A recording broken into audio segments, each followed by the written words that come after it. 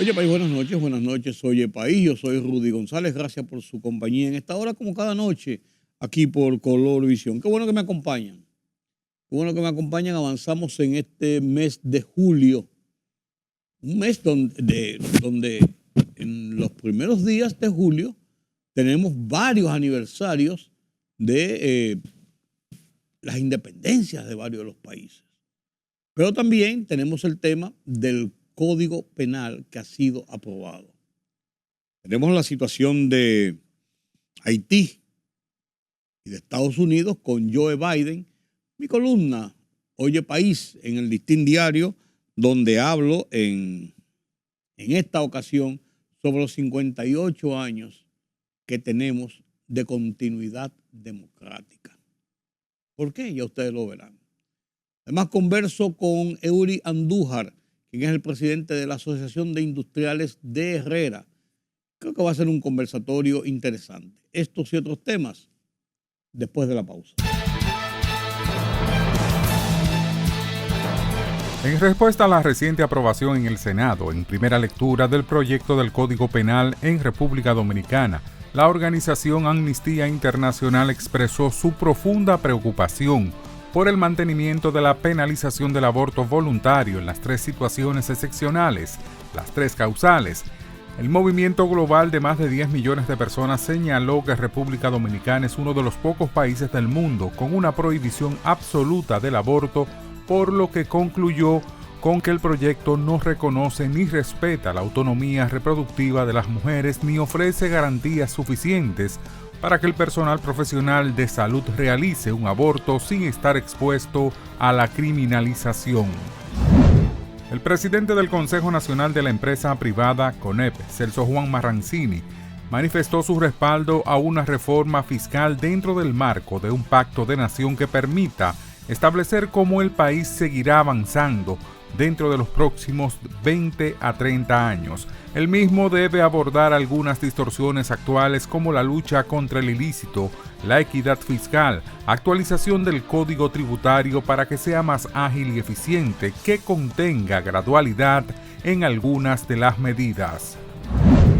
El director ejecutivo del Fideicomiso, Paino Enríquez, informó hoy que República Dominicana ha conseguido tratar el 40% de los residuos sólidos de los 13 a 13.5 mil toneladas diarias que produce en 8 rellenos sanitarios y plantas de valorización, 6 privados y 2 públicos, que han logrado instalar a través del Fideicomiso EDO Sostenible.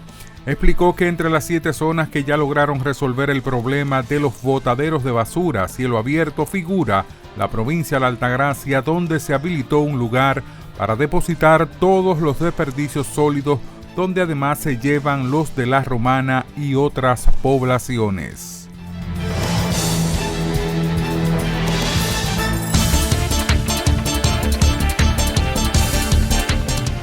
La propia Ucrania se negó a negociar y lo hizo públicamente por orden directa de Londres y por tanto también de Washington, declaró el presidente ruso Vladimir Putin al margen de la cumbre de la Organización de Cooperación de Shanghái. Rusia nunca se ha negado y ahora está dispuesta a continuar las conversaciones de paz. Fue Ucrania la que se negó a negociar y lo hizo públicamente por orden directa de Londres, afirmó. Señaló además que los acuerdos de Estambul no han ido a ninguna parte, fueron rubricados por el jefe de la delegación negociadora ucraniana de ese entonces y siguen sobre la mesa, añadiendo que pueden servir de base para continuar las conversaciones. Donald Trump se burló del desempeño del presidente de Estados Unidos, Joe Biden, tras el debate que ambos sostuvieron el jueves pasado en CNN, al asegurar que es un montón de mierda. En un video publicado este miércoles en su cuenta de la red social Truth Social, Biden acaba de abandonar la carrera, lo he sacado yo, se escucha decir a Trump, para después arremeter en contra de la vicepresidenta Kamala Harris. Eso significa que ahora tenemos a Kamala. Creo que ella será mejor oponente. Es jodidamente mala y patética, continúa diciendo. El titular del Departamento de Estado de Estados Unidos abordó durante una reunión con el primer ministro y la canciller de Haití la necesidad de que se conforme un Consejo Electoral Provisional con miras a la celebración de comicios en el país, en el cual acudió a las urnas por última vez hace 8 años. Durante una reunión, el primer ministro de Haití, Gary Conille, la canciller Dominique Dupont y el secretario Anthony Blinken hablaron sobre la necesidad de que el Consejo Presidencial de Transición dé prioridad al establecimiento de un Consejo Electoral Provisional inclusivo y creíble. Según dijo el secretario adjunto para Asuntos del Hemisferio Occidental, Brian Nichols, durante una conversación con la prensa. La libertad solo reside en los estados en los que el pueblo tiene el poder absoluto. Por el respeto a los valores democráticos y la dignidad del pueblo dominicano, El Rumbo de la Tarde, plural, objetivo, comprometido siempre con la verdad. Con Georgie Rodríguez, Rudy González y Ramón Colombo. Los poderosos ya están en el aire.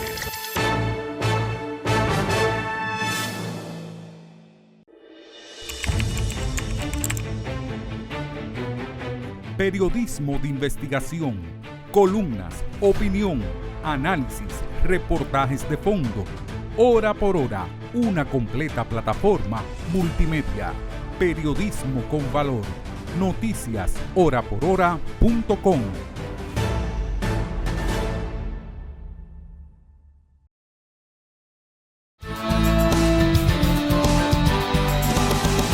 El 1 de julio, Canadá celebró su fecha aniversario de independencia. El 4 de julio, mediado de esta semana, precisamente, es la independencia de los Estados Unidos, los 248 años de independencia de Estados Unidos, y al día siguiente, 5 de julio, la independencia de Venezuela. En una misma semana, 3 países del continente. Enhorabuena a los canadienses, norteamericanos, estadounidenses y venezolanos por su independencia. El Código Procesal Penal ha sido aprobado en segunda lectura en el Senado y ahora pasa a la Cámara de Diputados, que deberá sancionarlo, igual que lo hizo el Senado, para entonces enviarlo al Poder Ejecutivo. Si hace cualquier enmienda, tiene que volver y regresar al Senado.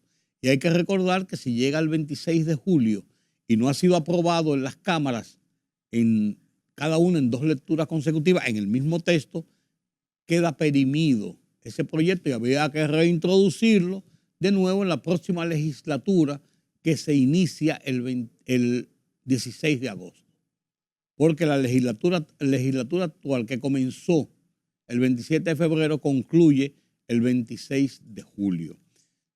Puntos importantes de este nuevo código. Bueno, tiene 72 tipos penales nuevos. Se fue sin las 3 causales, sacaron las 3 causales. Eso es otro tema, el tema del aborto, de la penalización o despenalización del aborto. Lo sacaron de ahí porque ese era supuestamente el cuello de botella para aprobar el Código Penal. Pero tiene una serie de articulados interesantes. El cúmulo de penas hasta 60 años. Usted se puede haber cometido un hecho, pero tiene varias infracciones, el mismo hecho, y se le acumulan las penas hasta 60 años. Amplía de 10 a 20 años la prescripción de los casos penales. La condena por reincidencia se lleva a 20 años de prisión y antes eran 10 años de prisión. Hay penas contra el terrorismo, el sicariato, el genocidio, las infracciones graves de guerra, la desaparición forzosa, o sea, el secuestro, la retención ilegal de una persona en una cárcel por parte de la autoridad, lo que le llaman desacato, los feminicidios conexos, violencia conexas en el género contra las mujeres. Estoy citando algunos de los casos, algunos de los temas que trae este nuevo Código Penal. La inducción al suicidio, la cooperación con el suicidio, los daños con sustancias químicas, por ejemplo, como el ácido del diablo, la captación y uso de datos personales, o sea, robarle de los teléfonos celulares los datos a la gente, los estudios genéticos sin consentimiento. la manipulación ilícita de los genes, fecundación de óvulos para fines distintos a los de la procreación, por ejemplo, fecundación para venderlos, será sancionado. La reproducción asistida no consentida. Reproducción asistida no consentida. La actividad sexual no consentida, o sea, eso es violación. Participación de grupos en infracciones muy graves de la guerra, negligencia o imprudencia en el control de los subordinados. Pero también la participación de grupos en infracciones graves de la guerra, atentado imprudente contra la vida, o sea, cuando usted tira un carro a una persona, por ejemplo, responsabilidad de personas jurídicas por atentado culposo contra la vida de alguien. El bullying. ¿Eso qué le pasa que hacen a los muchachos? Y a mucha gente grande también el bullying. Las operaciones comerciales con niños, adolescentes, responsabilidades de personas jurídicas, provocan incapacidades con más de 60 días. O sea, ahí está usar los niños como trata para usarlos en pornografía, en prostitución. La discriminación en cualquier trato desigual o vejatorio contra una persona física por razones de género, color, edad, salud, discapacidad, nacionalidad, vínculos familiares, lengua, religión, opinión política o filosófica, condición social o personal. Todo esto será sancionado. El robo de identidad agravado, la perturbación telefónica, eso está llamando que mire que usted no ha pagado el préstamo, que a las 12 del día cuando usted está comiendo. Perturbación telefónica, lo llaman 20 veces, pues usted me llamó, te ponen una grabadora. Difusión de audios e imágenes sin el consentimiento. Hay esas redes sociales que hacen lo que le da la gana, divulgación de información secreta. Ahí hay un peligro. Divulgación de información secreta. ¿Quién establece la secretud de una información? Los feminicidios y algunos delitos que contempla esta pieza legislativa están siendo sancionados. Ahora hay que ver si cuando esto llegue a manos del Poder Ejecutivo, el Poder Ejecutivo lo aprueba, lo promulga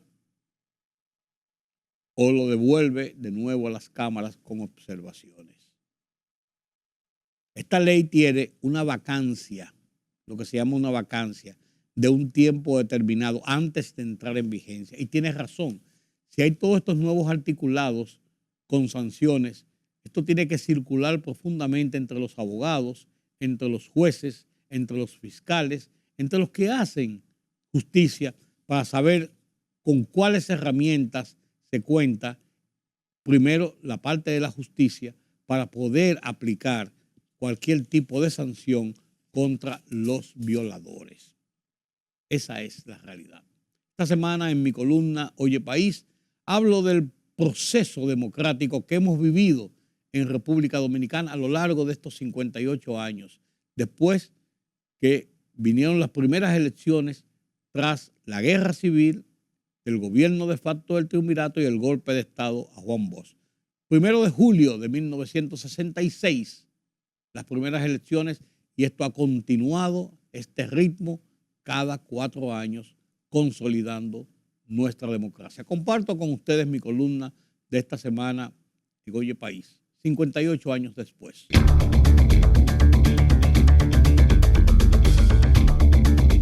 Las efemérides del 1 de julio de 2024 nos ponen en contexto de que arribamos a 58 años que de manera ininterrumpida iniciamos el camino del proceso de institucionalidad que vivimos, con la escogencia de nuestros gobernantes cada 4 años en procesos libres, con sus virtudes y defectos, pero con resultados positivos.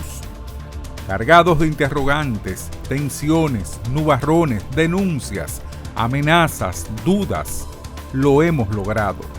Y hoy somos una de las democracias a la dominicana, si se quiere, más estables de todo nuestro entorno.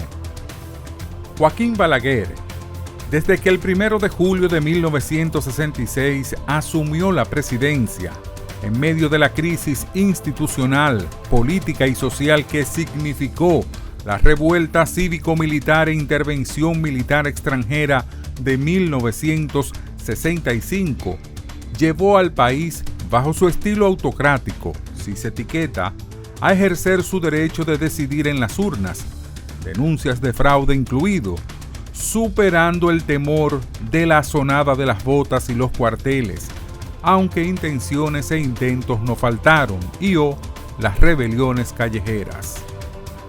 Este ejemplo han obligado a Antonio Guzmán, Jorge Blanco, Hipólito Mejía, Leonel Fernández, Danilo Medina, Luis Abinader a cumplir fielmente con la convocatoria a ese ejercicio cuatrianual, aún pese a los resbalones de 1994 y febrero de 2020, lo que ha sido correspondido por la sociedad pese a la abstención del 46% de mayo pasado.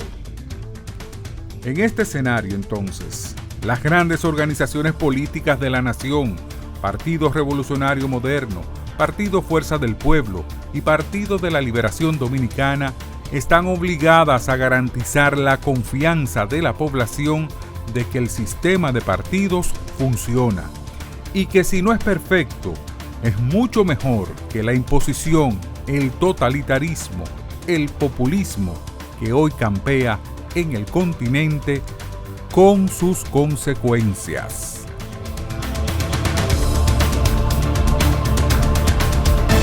La libertad solo reside en los estados en los que el pueblo tiene el poder absoluto. Por el respeto a los valores democráticos y la dignidad del pueblo dominicano, El Rumbo de la Tarde, plural, objetivo, comprometido siempre con la verdad. Con Georgie Rodríguez, Rudy González y Ramón Colombo. Los poderosos ya están en el aire.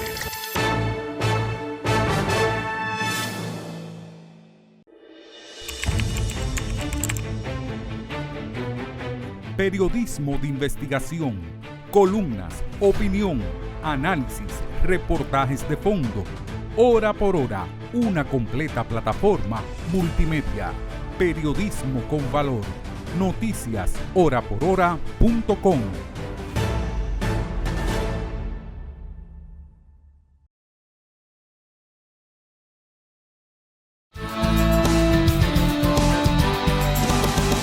Gracias por continuar con nosotros aquí en Oye País. Como le había informado antes de la pausa, conversamos hoy sobre temas de desarrollo, temas de progreso en República Dominicana.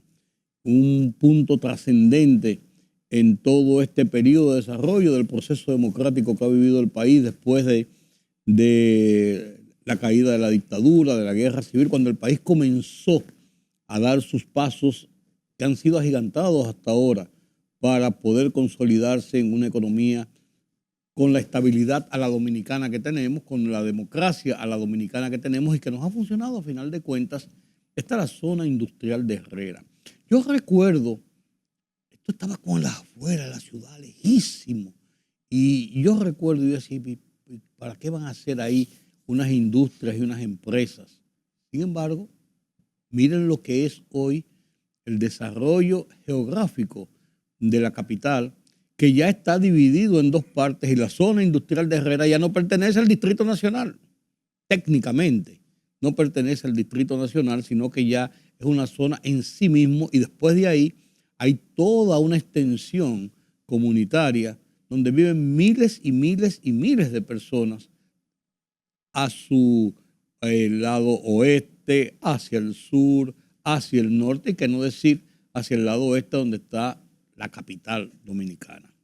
Pero la zona industrial de Herrera es parte del Gran Santo Domingo y de la capital. Tengo la oportunidad esta noche de conversar con ustedes con un empresario. Por demás, en este momento, presidente de la zona industrial, de empresarios de la zona industrial de Herrera. Y yo quisiera retrotraerme y conversar con Eury Andújar sobre cómo ha sido este desarrollo, ¿Qué perspectiva tiene? ¿Hacia dónde va esa zona industrial que yo veía tan lejos y que ahora es el centro prácticamente, el borde del polígono central, diría yo, porque al polígono central le llamamos a Piantini y Naco. Entonces el polígono central usted divide y calcula, es el polígono central de verdad, parte del polígono central. Vamos a conversar con él sobre este desarrollo industrial. Buenas noches, Eury, gracias por estar con nosotros. Buenas noches, gracias a ti por la invitación amable y te reiteramos las gracias por estar hoy de nuevo contigo acá. La zona industrial de Herrera, ¿cuántos empresarios tiene, cuántas empresas tiene en este momento? ¿Cómo comenzó? ¿Cómo ha llegado al punto de hoy y hacia dónde va? En la zona industrial de Herrera, como tú bien sabes, pues nació alrededor del año 70. Bajo la ley aquellas de incentivos del 69. Esa vino después. Vino después. Se vino después, sí.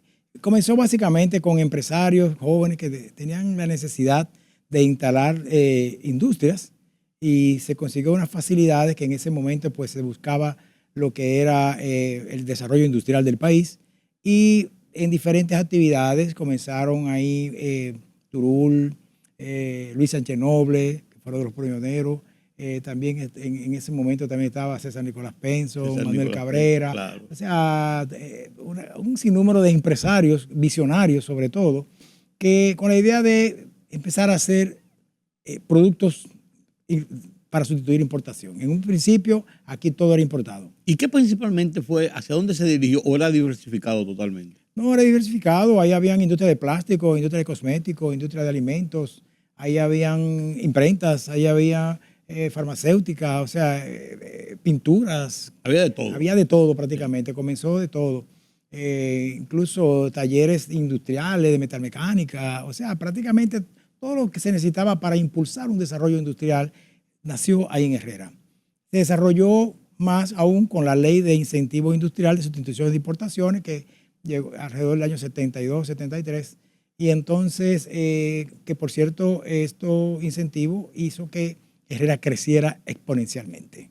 Toda la zona industrial de Herrera y con la industria pues llegaron entonces los conglomerados, los empleados a vivir, a construir casas en los alrededores y por eso es que hoy ya Herrera es más comercial. Un semillero. Comercial y residencial que industrial. Sí, porque realmente está acopada la zona ahí. Muy, muy poblada. ¿Qué cantidad de empresas tiene hoy la zona industrial? No, bueno, yo no te podría precisar la cantidad de empresas porque todos los días nace una y se transforma en otra, porque muchas de estas empresas se han tenido que salir de Herrera porque ya, por ejemplo, sus naves se usaron pequeñas y no tienen ampliación, entonces o se han mudado o han ampliado sucursales, por ejemplo, en otras áreas, con otra planta de producción o otra línea de producción, lo sacan de Herrera. Y por eso es que ya Herrera, la zona industrial que era en sus orígenes, ya no solamente está en Herrera, sino que ya está en el Gran Santo Domingo, porque está en prácticamente claro, en toda la zona. Sí, porque ya. Herrera, la zona industrial enmarcaba lo que es hoy la Luperón, lo que era la Isabel Aguiar, lo que era la 27 de febrero y lo que es la... No, un poquito más abajo, la 27. Un poquito Yo diría más que sí, porque la avenida la del Mirador, básicamente. Ah, sí, ¿verdad? Porque cruza así, cruza del otro lado. Y hasta donde colinda ya con lo que es el club del Banco de Reservas. El club del Banco de Reservas. Que es la calle que baja a la Isabel Aguilar para coger hacia el Country Club. Correcto. Yo más o menos me sé la zona. Sí, ya tú sabes la zona. Pues bien, entonces... Pero eso, como tú dices, eso se ha ido expandiendo porque se han ido a otros sitios también. Se han ido a otros sitios también y además de eso...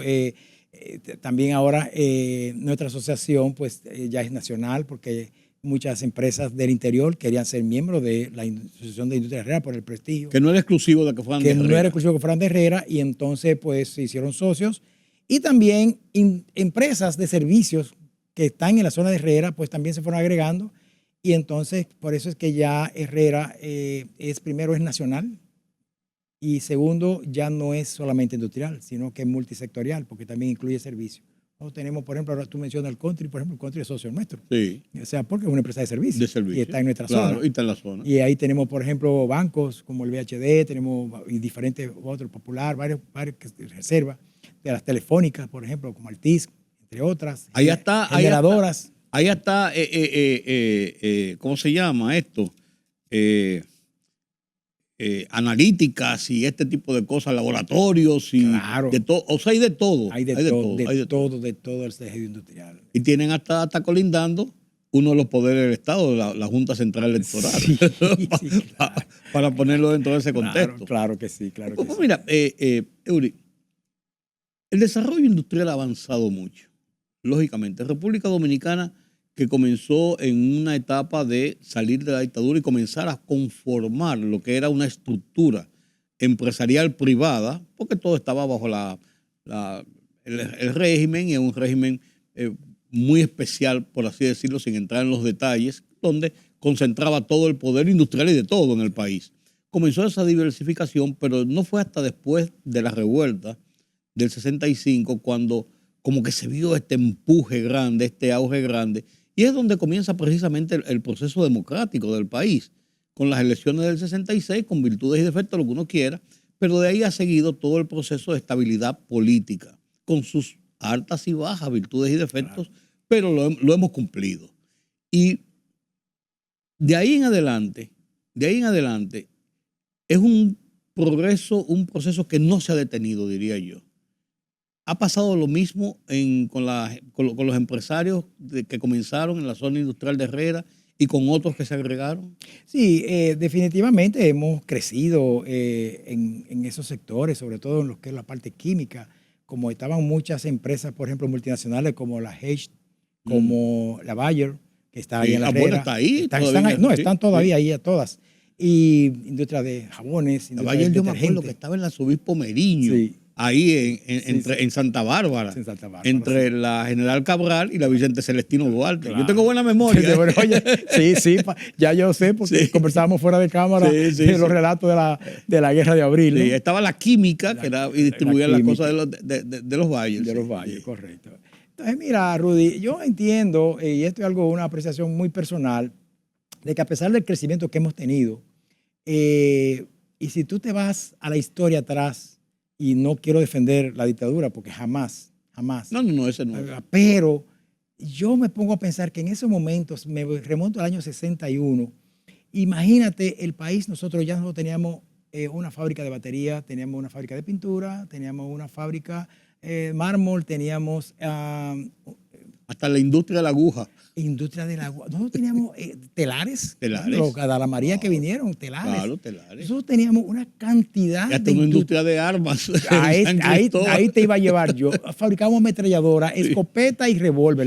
Sí. El revólver Enriquillo, Enriquillo, y la Cristóbal, ¿verdad? claro, San Entonces, Cristóbal. estamos hablando que sin el 50 y no sé cuánto, nosotros tenemos esa tecnología. Y países como Vietnam, países como Corea, todos esos países, los tigres asiáticos, Que hoy son los grandes.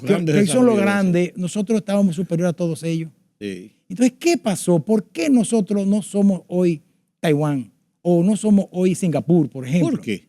¿Por qué? Pues esa es la pregunta que yo me hago también. Sí. ¿Por qué no lo somos? Deberíamos ser ya hoy, y si no estamos tan lejos, pero realmente yo entiendo que comienza un problema cultural. Sí, Hay un problema de realmente de lo que es una visión de Estado que tuvieron esos países, sobre todo con Chiang Kai-shek, ¿verdad? Y Allá, después con la guerra también los obligó. la guerra también cambió todo. Pero yo entendí, el dique de Félix Benítez, ahí se reparaban Claro, barcos. Félix Ahí Benítez Rechazo, y ahí se recuerdo. fabricaban barcazas y cosas. Eso debió, claro. hoy debíamos estar haciendo primero armas y exportando, revólver, copete, aunque no competamos con la GLO, pero pudiéramos estar, esa fábrica, la tecnología que tenía esa armería, En esa época. hoy debió ser una industria completamente diferente y con robótica y con todo esto. Nosotros tuviéramos otro nivel. Sí. Pero como era todo lo que era del Trujillo, todo eso había que desbaratarlo. Sí. Y realmente eso fue un retroceso grande, porque todo lo que representa eso se destruyó. O sea, estamos hablando que si el dique de Félix Benítez estuviera reparando yates, esos esos millonarios que vienen a casa de campo con su yate, a lo mejor le queda un mantenimiento, Sí. se van a su yate y viene el capitán, lo llega acá y lo repara. Eso deberíamos estar haciendo hoy en día. Así es. Y lo que es un deshuesadero Un de deshuesadero de barcos viejos. barco viejo. Y pudiera estar fabricándose ya lancha, yola, y se puede exportar. O sea, Quizás de lo único, pienso yo, Eury, así pensando en lo que tú estás relatando, quizás una de las empresas que más sobrevivió en ese momento de la época fue lo que es la Sociedad Industrial Dominicana hoy, Claro. que se mantuvo y tenía inversiones de la dictadura, pero el sector privado asumió Claro. gran parte de eso y lo continuó y lo aumentó. Y fíjate lo que es hoy esa empresa, Claro. lo que se convirtió hoy. Sí, sí. Porque se mantuvo. Imagínate que eso hubiese. Los japoneses tienen un término que a mí me encanta usarlo, en una certificación que yo hice de calidad, se llama yokoten. Yokoten es tú tienes un proceso, tú lo mejoras, lo pones lo mejor que tú puedes y después tú lo replicas. Ese proceso de replicar eso es un yokoten. Y eso debió hacerse, lo que se hizo con la Sociedad Industrial Dominicana, debió repetirse en todas las otras empresas. Sí. Y hoy fuera, quizás, no fuéramos Taiwán, pero quizás podíamos ser Vietnam. Bueno, ahí producíamos aceite y ahora importamos todo el aceite casi que consumimos. ¿Verdad que si yo me acuerdo del aceite de maní? Oh, claro, el manicero. claro. Y el aceite que más se vendía en este país. Claro. Sí. Pero con todo y eso, la zona industrial de Herrera se ha mantenido dentro de los parques industriales y las zonas industriales, siendo un conglomerado de producción claro que sí. importante y Y trascendente del muy país. importante. Yo creo que uno de los más consolidados. Tenemos diría yo. alrededor de 50,000 empleados nosotros. Sí. Eso fue la última estadística que nosotros recaudamos. Y realmente, si tú te pones Empleado a calcular... directo. Empleado directo, claro, Sí. empleado directo. Estamos hablando que todo este conglomerado de empresas que hoy siguen creciendo y se están multiplicando, porque ya están prácticamente en toda la geografía nacional, en el kilómetro, yo no sé cuánto. Todo eso que de la carretera Duarte, Sí, hasta eso yo no está sé ahí, dónde, sí. eso está lleno de industrias Sí. que vienen de Herrera, muchas de ellas. Que los otros días fui yo al cementerio Puerta del Cielo y le comentaba yo precisamente a mi esposa, cuando íbamos en la vía que uno entra desde la autopista Duarte, todo eso se está llenando de empresas y digo, pues ahí está el Merca Santo Sí, Domingo y eso, digo, sí. esto lo van a convertir en una zona industrial totalmente, Sí. una zona de desarrollo. Sí. E incluso a la izquierda había un solar grandísimo donde deben haber todos los vehículos de Japón, los trajeron para ahí para guardarlos. Sí. O sea, hay zonas de Hay desarrollo un importantes. hay un proyecto muy interesante. Bueno, el senador Antonio Tavera está presentando su proyecto de desarrollo. Que fue presidente de la Herrera, asociación. claro, fue presidente por 2 periodos. Sí. Y el proyecto que él tiene de desarrollo realmente se contempla y es parte de la preocupación del gobierno de recuperar muchos de esos títulos que están en manos, muchos de esos, Sí. para poder preservarlo y hacer una parte turística, una parte industrial, una parte residencial, para que no se llene y no se rabalice y se vengan las invasiones de terreno de nuevo. Ya se están recuperando los títulos. Hay un proyecto muy interesante y va muy avanzado, sobre todo para ampliación de la parte industrial. Sí, porque la zona de expansión de la ciudad ya es hacia ahí. Sí, hacia allá. hacia allá. Porque hacia el, hacia el este ya está más complicado. Sí. Está más complicado y hacia el norte ya Sí. se ha ido todo Claro. Muy, muy amplio. El oeste. Bueno, hacia el sur, hacia el oeste, vamos a llamar hacia el oeste, Ujú. ahí está el Parque Disdo. El Parque Ok. Disdo es un parque interesantísimo. Sí. De hecho, tengo que hacerte un comentario de esto justamente porque el director del parque ahora mismo es Manuel Cabrera, que fue también pasado presidente Claro. allá, y él está empujando ese parque, porque ese parque nació, ese proyecto nació en el gobierno de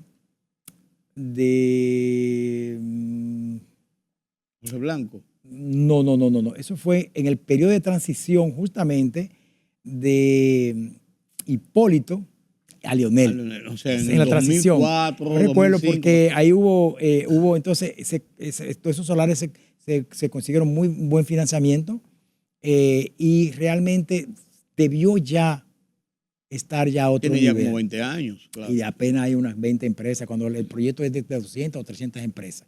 Ahora mismo se está haciendo un gran desarrollo, pero es que había una infraestructura que Proindustria no llegó a hacer, o el gobierno no llegó a terminar. La planta de tratamiento, la línea de transmisión, una serie de cosas que ya están, solamente falta para ese parque. Y es bueno porque lo hablé con el presidente, nosotros incluso cuando tuvimos el almuerzo con él, que recibimos a todos los candidatos, Sí. solamente ya falta un temita prácticamente para resolver todo eso, y es la verja perimetral. La verja perimetral creo que son alrededor de unos, si mal no recuerdo, como 160 millones de pesos que yo haría la terminación. Que no es nada para porque lo que significa un parque. muchos empresarios no se han ido allá, que ya tienen su solar allá, no se han mudado, porque no hay seguridad, Porque si tú no tienes una barrera perimetral, entonces tú dices, pero ¿por qué no lo hacen los empresarios? Y sale, bueno, porque son 200 y pico de adquirientes y ahí lo que hay son 20. Los 20 no pueden invertir 160 millones de pesos. Eso, y además es una responsabilidad del Estado, porque ese es un proyecto que es estatal y además lo que representa ese proyecto con la escasez que hay ahora mismo de naves industriales, que hay una escasez. No sé si tú sabes que no hay tú no consigues una nave ahora mismo. ¿Por qué? Porque la demanda que hay de empresas extranjeras, no solamente de China y de Estados Unidos y de Sudamérica, argentinos, chilenos, colombianos, que se quieren instalar acá en industrias.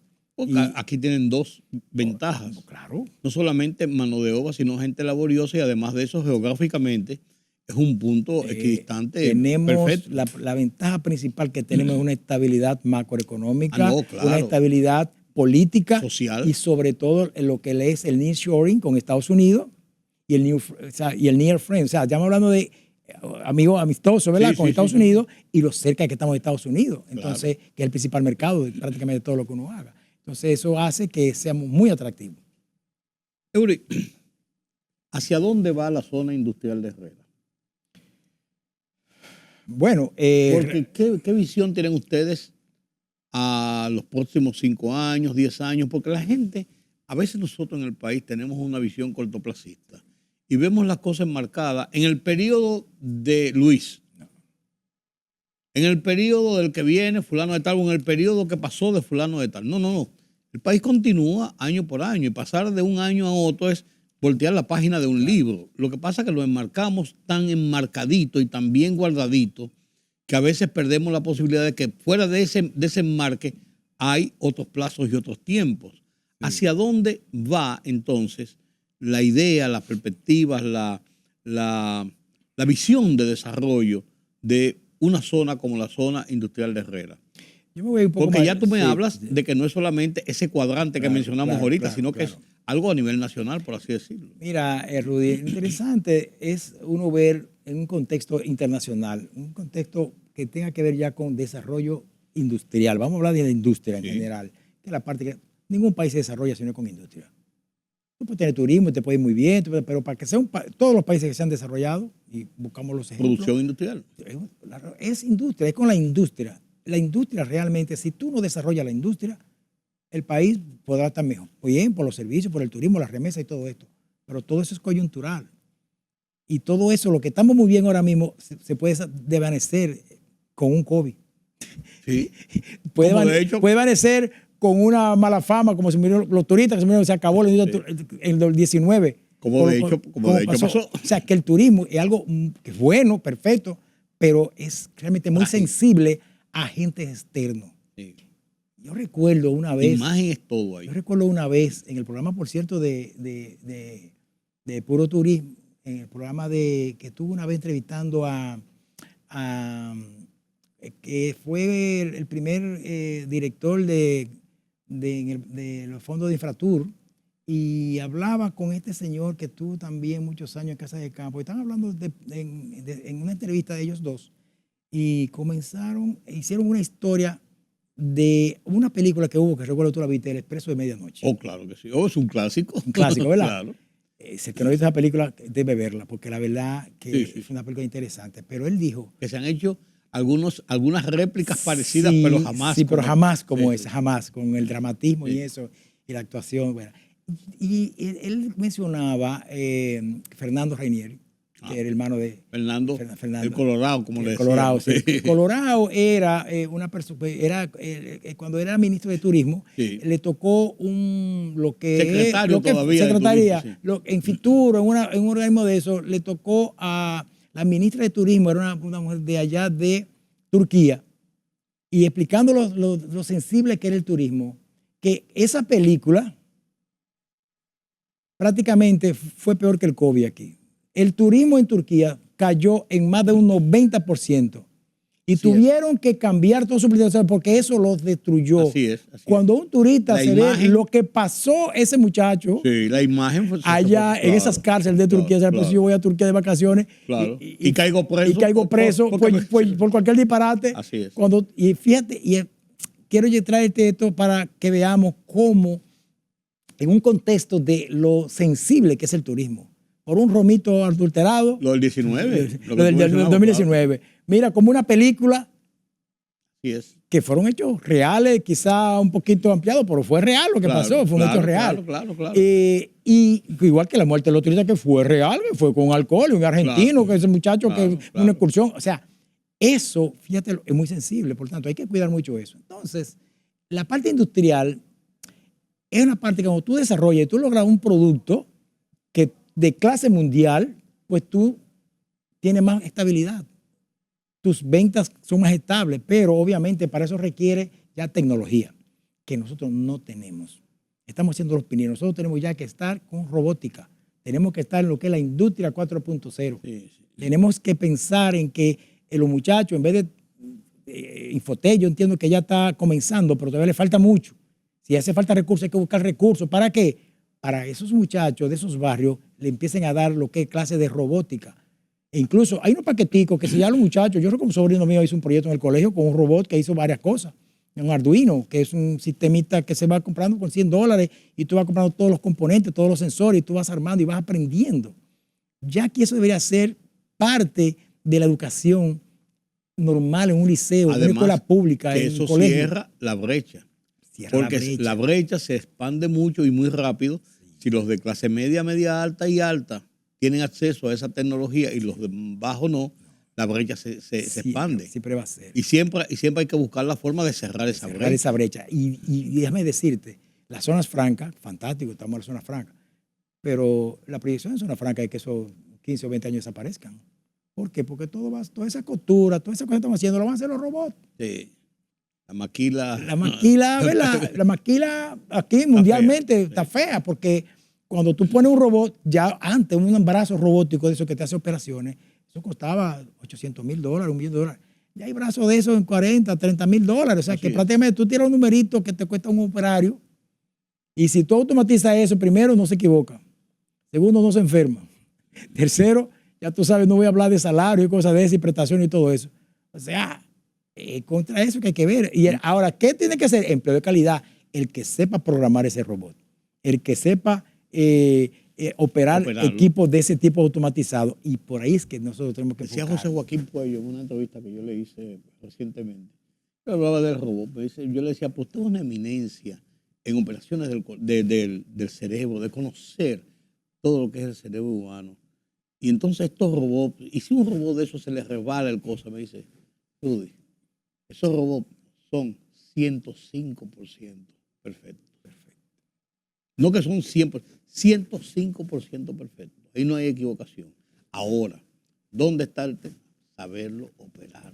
Lo que tú estás diciendo. Consolido perfectamente eso que tú dices. Y lo dijo una persona que tiene calidad para decirle eso. Yo te voy a poner un ejemplo. Un cirujano, por ejemplo, nosotros, los hombres de próstata, por ejemplo, digo porque un amigo mío se hizo esta operación, fue a Nueva York a hacérselo con un robot que le llaman Zeus, o sea, Dios. Eso es Zeus. Ese robot tiene la precisión y la capacidad de, por ejemplo, esos nervios que, por ejemplo, de manera análoga se hacen esa cirugía, es cortando aquí, cortando allá.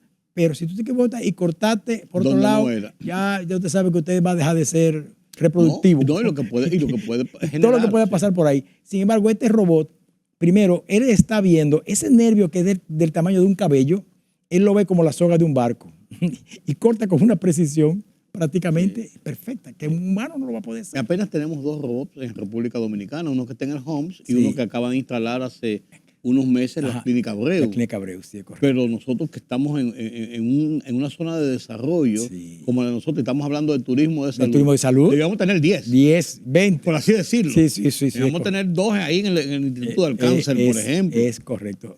Pero vamos dando los pasos. Vamos dando los pasos. ¿Qué puede pasar con esta visión de un sector empresarial pujante con el tema de la reforma fiscal? Y lo digo por lo siguiente. Todo el mundo está contento en República Dominicana de que es necesario ajustar el tema impositivo en República Dominicana en pro de que el Estado, de que el gobierno, el Estado, tenga los recursos para las operaciones y cumplir con la deuda que tiene el país, el Estado, es una factura social que se va acumulando. Todo el mundo está contento de eso, pero nadie quiere que lo toquen. Porque nadie quiere estar en desventaja de otros. Entonces, hay muchas expectativas, muchas tensiones con esto de la reforma fiscal. Ustedes como empresarios en la zona industrial de Herrera, yo les marco la zona industrial de Herrera, pero empresarios en sentido general. Sí. ¿Qué visión tienen sobre esto? ¿Lo han analizado? ¿Qué perspectiva tienen? ¿Por dónde ustedes creen que debe llegarse a un acuerdo o un gran pacto, como ha dicho Celso Juan Marrancini, el presidente del CONEP, que ha estado predicando, hacer un pacto social en que participe la empresa y el Estado y la sociedad dominicana? Claro. Totalmente de acuerdo, Y de hecho, nosotros en Herrera entendemos que la reforma fiscal, como ya tú bien lo expusiste, es prácticamente crónica de una muerte anunciada. Eso ya está pendiente desde el 2012, que se hizo creo que la última. Entonces estamos hablando de que debemos tener una reforma fiscal, pero que sea integral, que sea algo que ya sea un procedimiento. Nosotros necesitamos que la inversión pública, un porcentaje X en inversión, que el gasto se reduzca, porque el gasto tiene que reducirlo. Lo que pasa, Rudy, es que todos queremos afectar a aquel, afectar a otro. No podemos seguir cargando lo mismo que se pagan. Podemos aumentarle la luz a lo que le están pagando actualmente. No, vamos a cobrar la luz a los que no pagan. Y el déficit, siempre lo hemos dicho, del sector eléctrico, es serio. Es lo que se está buscando es que un 3.5 del PIB para esto, ¿verdad? Pero el déficit es 1.5. O sea, si tú empiezas a reducir primero en 0.5, después en 1, cuando tú tienes un par de años, 2 o 3 años, nosotros podemos tener eso que debió haberse hecho cuando se firmó el pacto eléctrico. Eso era parte del pacto eléctrico, reducir las pérdidas. Y lo que han hecho es que han aumentado. Y lo que pasa es que cuando se cruza la política del populismo electoral principalmente, ahí todo se paraliza y todo se queda, porque nadie quiere ser la oveja negra. Nadie quiere ser el responsable. ¿Quién le pone el cascabel al gato? Pero alguien tiene que hacerlo. Alguien tiene que hacerlo. Y por eso yo decía que Luis está en este momento, es el mejor momento de hacerlo. Primero, no se va a reelegir. Eso es lo primero. Segundo, él tiene un compromiso con el país, ¿verdad? De pasar a la historia como un presidente que hizo las transformaciones que había que hacer. Que tenga que pagar el costo político que eso representa, porque tiene un costo político, lo sabemos. Sí. Porque aquí él tiene un grado de popularidad que lo puede ayudar a compensar esa parte. Y sobre todo explicado claramente por qué y qué va a pasar con esto, dónde vamos como país. O sea, entendemos nosotros que ese gran pacto social, como bien lo dijo Celso Juan, es un pacto importante, necesario, y entendemos que si el gobierno da el ejemplo primero, comienza a hacer un proyecto como lo anunció en el almuerzo que tuvimos cuando era precandidato, con los candidatos que hicimos. Con nosotros, él nos dijo que iba a reducir 8 ministerios, se iban a eliminar. Entonces, eso debe ser una realidad, comenzar a reducir ministerios, comenzar a reducir la nómina del que no hace nada. El que está trabajando ya hace perfecto, pero sabemos que en el gobierno pasado, pues muchos de esos empleos que estaban ahí están blindados porque ya están en la carrera administrativa y ya no lo pueden cancelar, a menos que haya una... Pero el que no está trabajando, el que no está haciendo una labor, hay mecanismos para cancelarlo. Tiene que eliminarse eso. Entonces ellos están nombrando personas porque no han podido poner su gente. Esa es la realidad. El achicamiento del Estado es un problema serio aquí. Porque si tú no tienes fuentes de trabajo fuera del Estado, que es el principal empleador, entonces tú estarías contribuyendo a aumentar el tema del desempleo, que es una de las metas del gobierno, reducirlo. O sea, tiene que tener una alternativa. Es como una rueda. Sí, pero perfecto. Qué bueno que lo mencionas. ¿Esa alternativa cuál es? Incentivar nueva empresa, nuevo emprendimiento, nuevo que no haya tanta traba. Mira, nosotros, como estamos de manera coloquial, nosotros en un fuera de cámara, me estaban entrevistando en un programa la semana pasada, yo decía que lo de la reforma fiscal debe ser con una canción que compuso Joaquín Sabina, que se llama Noche de Boda. Noche de Boda, ¿verdad? Excelente. A mí me gustó mucho y yo parafraseé algunas de esa poesía y yo saqué una que se aplica para la reforma fiscal. ¿Cuál es? Y es para reducir lo que son los informales, ¿verdad? Que están pagando, que están hablando que son 80% de las pymes que no pagan y nosotros queremos que las pymes paguen, ¿verdad? Entonces, para que las pymes paguen, lo primero que hay que hacer es que ser formal no salga tan caro y que los que evaden se mueran de miedo. ¿Te recuerdas cómo decía? Eso es lapidario, Ese, sí, ¿verdad sí, que sí? sí. Que decía que los que matan se mueran de miedo Sí. y que ser valiente no salga tan caro. Sí. Entonces, que no salga tan caro tú estar formal. Porque mientras eso sea, mientras no sea rentable, formalizarte, nadie se va a formalizar, sobre todo si no hay consecuencias. O sea, si tú no te mueres de miedo, como dices, porque tú estás informal, bueno, yo estoy informal, yo tengo aquí, Pues tú dijiste una palabra clave ahorita. Tú decías, el presidente no se va a reelegir. Sí. El presidente tiene una misión, hizo el compromiso Sí. de hacer esto. Sí. Hay un costo político, Sí, pero si él no tiene una ambición de continuar sí, que es lo que pasa normalmente. en el poder, uno, y dos, su grado de popularidad Está muy está alto. alto, sí. Lo que él pueda sacrificar políticamente, en vez de disminuirlo, lo podría catapultar a ser más popular. Sobre todavía. todo que estamos en el primer año. No, Y entonces todavía tiene 3 años, 2 años para que nadie ni se acuerda de eso. Oye, no estamos siquiera en el primer año, no hemos comenzado. No hemos comenzado, Sí, exactamente. sí, Ni no siquiera hemos comenzado. Entonces, si hace la medida que tiene que tomar ahora, empezando los 3, 4, 6 meses, en el último año ya nadie sacó la reforma fiscal, ni cosas de pero también es importante algo que tú dijiste, Uri, y también eso también es muy importante, y es el consenso. El consenso no se va a lograr, porque el consenso claro. es el todo. Claro. Va a haber mucho más gente de oposición, opuesto, porque nadie quiere Soltar lo que le tiene. perjudiquen, entiende que le puede perjudicar, no puede ver que a más largo plazo podría ser de beneficio, pues bueno. Sí. Pero es necesario en esto negociarlo, Claro. conversarlo, discutirlo, explicarlo. Y que la gente, la sociedad y la parte productiva de la nación lo asuma realmente con la confianza de que lo que se está haciendo es lo mejor para el futuro del país. Si así se llega a asumir, es lo que yo pienso. Sí, correcto. Si así se llega a asumir los sacrificios que hagan, la gente lo va a entender como una responsabilidad para el país. Para el país. Y no lo van a ver como un perjuicio, para su negocio. Para su negocio, estamos de acuerdo. Sí. No, yo entiendo que realmente ahora mismo con todas las medidas que hay que tomar, porque tú tienes que, como dicen, coger Y dejar.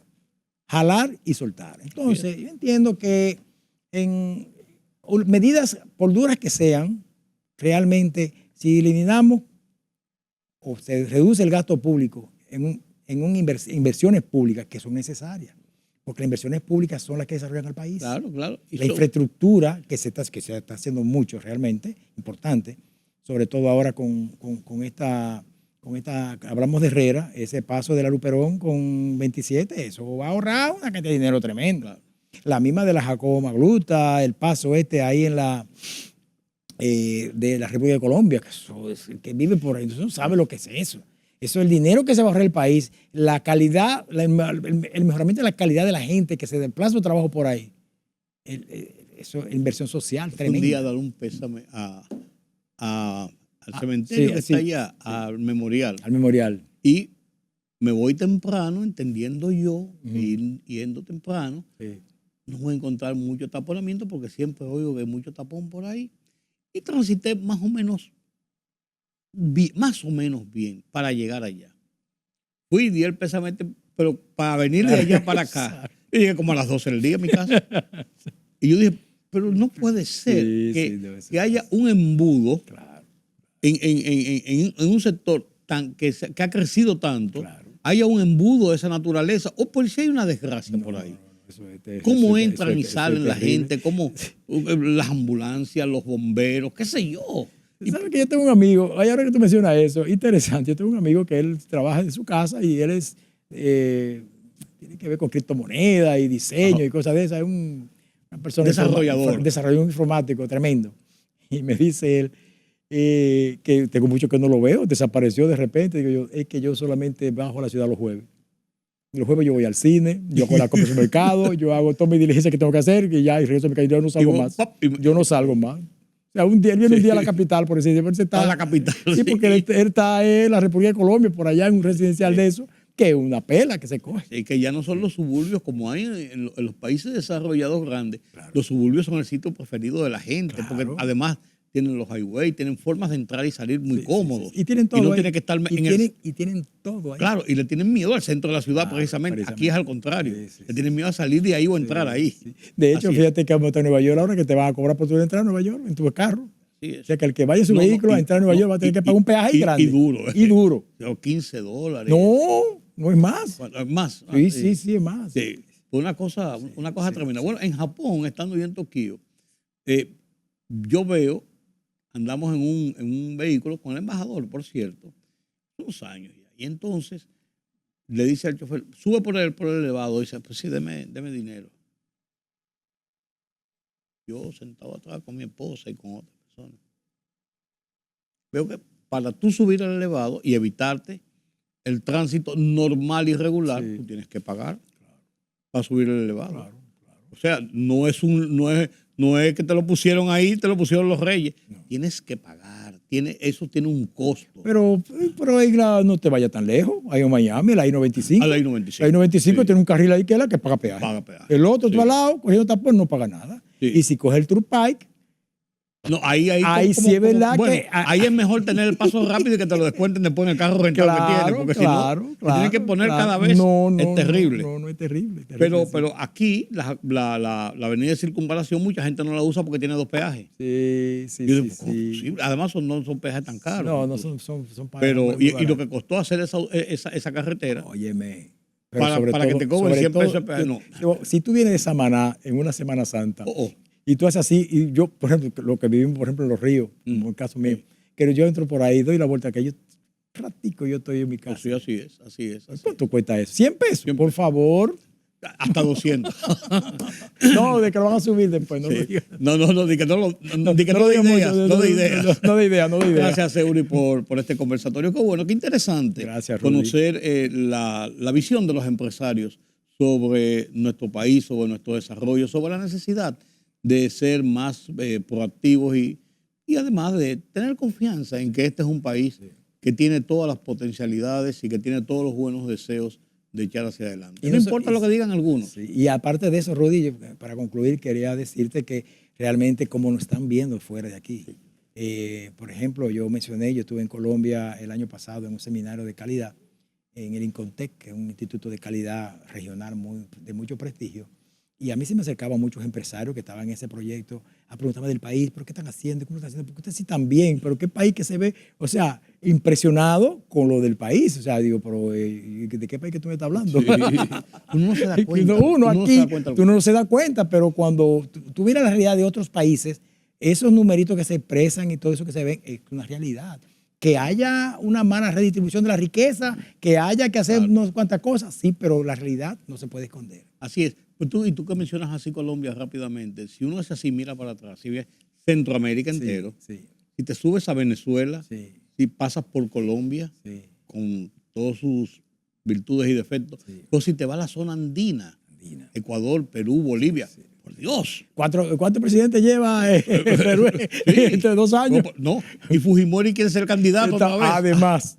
Sí. Por Dios. Gracias, amigos. Qué bueno que me han acompañado en este conversatorio. Yo creo que ha sido de mucho interés y de mucha información con Eury Andújar, que es el presidente de la Asociación de Empresarios de la Zona Industrial de Herrera. Una zona industrial que no está enmarcada en Herrera ni en el cuadrante de que le hablaba ahorita, sino que ya está a nivel nacional, además que representa uno de los potenciales de desarrollo de República Dominicana. Eric, te reitero las gracias, Muchas gracias por haber dedicado este tiempo para mí y para mis televidentes. Gracias a ti, Rudy, de verdad. Y mantenemos a tu disposición cuando Claro. necesites. Sí, que nos dio brega, pero lo conseguimos. Sí. Ustedes no conocen esa parte de la historia, No, ni se la voy a hacer. No se la haga, no. Gracias por Déjalo. acompañarme.